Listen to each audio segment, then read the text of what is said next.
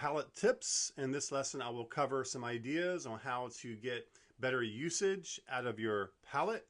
I will begin by putting the colors in the wells. Along the top will be my main hues, and then along the right hand side there will be my neutrals. I will cover that more as we move forward. It's important that when you put paint in your wells, you squeeze out a lot. Do not be too stingy with your paint. If you only put a small amount of paint in your wells, it's going to dry up much quicker. So the more paint you put in there, the less likely it is to dry up. So again, do not do this. Go ahead and squeeze out some more and move on.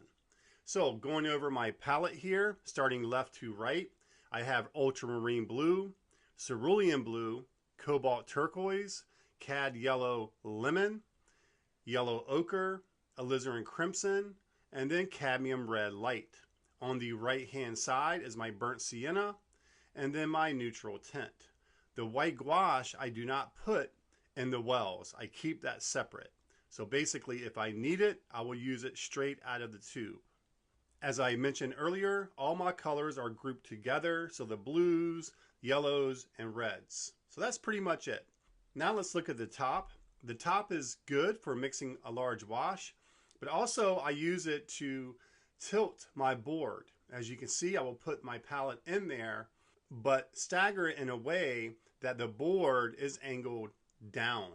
This allows the paint and the excess water to settle towards the bottom. Eventually, you're going to have a lot of water settling there, which is a much better place for it than moving back up into the wells of your paint. So always angle your board downwards away from your paint.